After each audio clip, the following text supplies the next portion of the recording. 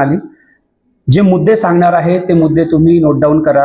हे मुद्दे असे आहेत की मी आतापर्यंत अनेक ठिकाणी सांगितलेले आहेत। जवळजवळ मी असेच मोफत 3000 व्हिडिओज तुम्हाला युट्यूबच्या माध्यमातून विविध 5 लाख मुलांपर्यंत दिले। मला जो अभ्यास केला, टायमिंग विचारायचा नाही, कारण टायमिंग जो मला सकाळी असेल ते तुम्हाला तो सकाळीच असेल अशातला काही भाग नाही।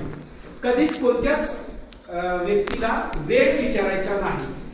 तुम्ही कोणत्याही वेळेला फ्रेश माइंडने अभ्यास करा, कुठेही करा, जे काही असेल ते ग्राफ करा।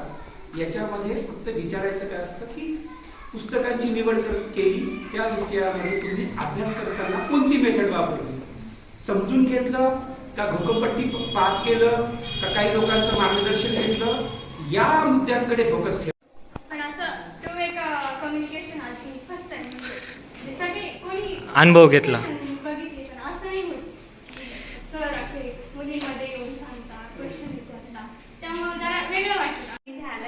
मला 2 वर्ष झाले हॉस्टेलला आणि मी ॲग्रिकल्चर करते।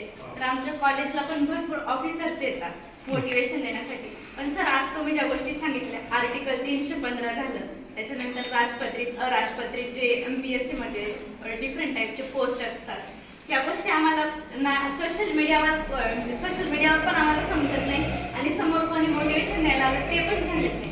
त्या गोष्टी आम्हाला आज समजल्या, त्यामुळे धन्यवाद।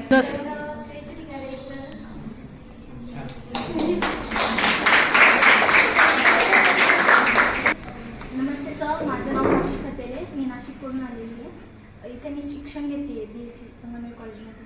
तुमचं आम्हाला मार्गदर्शन लाभलं, आम्हाला खूप छान वाटलं, म्हणजे एक प्रेरणा भेटली मनातून की आम्ही काहीतरी करू शकतो, आम्ही मागे राहू शकत नाही। सगळे पुढे जात आहेत, आम्ही मागे राहून आमचा उपयोग नाही आहे ना। मग घरच्यांनी एवढं लांब पाठवले म्हणजे आम्हाला काहीतरी बनवण्यासाठी पाठवलेलं आहे ते आम्हाला म्हणजे एक बोलतात ना की गंज लागलेला असतो मेंदूला, तर तुम्ही काढण्यासाठी आम्हाला हेल्प केली असं समजून